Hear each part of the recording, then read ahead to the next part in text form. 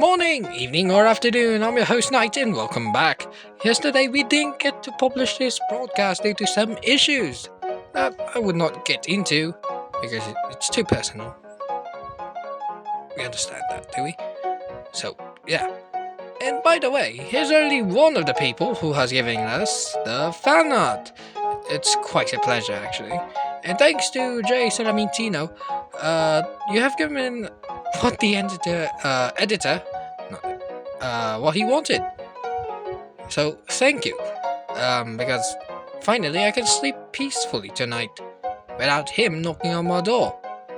So yeah. And today we have some news due to me delaying the broadcast, so the blame is on me, not the editor. So let us get into it. First we have the Americans. Yes, America, United States. My apologies. In light of the recent global developments, the United States is taking decisive action in the Pacific. Lord Redison has directed the immediate reinforcements of Pearl Harbor. The Navy and Marine Corps are en route to Oahu and Hawaii to bolster their presence and restore their naval capabilities.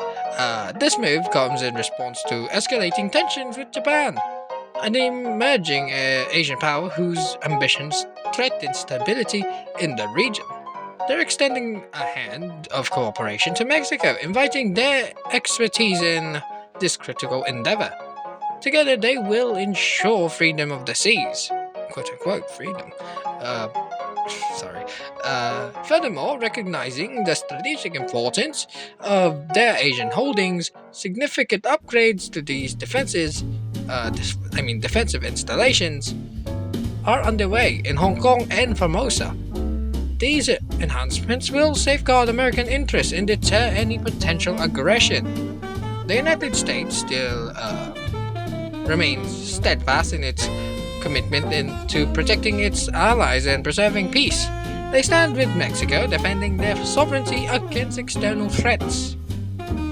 Then, the next day, the United States is taking decisive action in the Mediterranean. Lord Redison has directed the deployment of the Moroccan ships to patrol the Mediterranean Sea, deterring any potential Ottoman naval aggression. Recognizing the presence of Italian forces, they seek collaboration with the Royal Navy, the Mexican Navy, and the South Russian Navy to maintain stability and prevent dominance by any single power. Furthermore, the United States extends a warm welcome to the new leader of South Russia. They command their pro-American sentiments and eagerness to collaborate with the United States and its allies. Then next we have Japan. So sources in Kyoto have released the following statement from the Empire of Japan. So this is actually the summarized version of the original one, telegrams. By order of His Majesty, the Emperor, the Imperial Japanese Army will engage Allied forces on Saturday at Chinka, if I pronounce that right. I think that's what I said. Formosa, and this is not an act of aggression but a reclamation.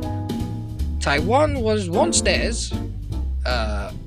It was battered away, and they seek to restore what is rightfully Japanese. And the third day, back in the Americas, Lord Redison calls upon Britain, Mexico, and South Russia to join the US in defending Formosa against a Japanese invasion. This unprecedented alliance aims to unite four armies against a common foe. To fortify Formosa, two defensive lines are ordered to slow the Japanese advance, inflicting casualties and potentially forcing a withdrawal. American forces are digging in, preparing for a sustained defense. In show of solidarity, the US troops have arrived in Britain and Ireland. The American military will be focused on guarding the English Channel, alongside the Royal Navy.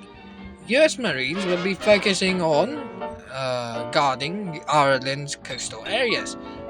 The US Army will be focused on making sure no Irish rebellion sweeps across Ireland, since a rebellion against Queen Victoria will be devastating since Britain is at war, and America will do its best to keep Britain out of trouble in its own mainland. Next we head to Asia, the Philippines to be specific. Urgent dispatch from Cavite. Yes, Cavite. The Philippine Republic seeks immediate arms trade with Morona, bartering Luzon's goods for weaponry. Insurgent forces and loyalists of Bonifacio are raiding Cavite garrisons. Assistance is critical. I know the last one sounded like gibberish, some misaligned words there, but it was given to me, so yeah, that's what it came up. So, yeah. Oh, yes, I forgot. A new station. HM.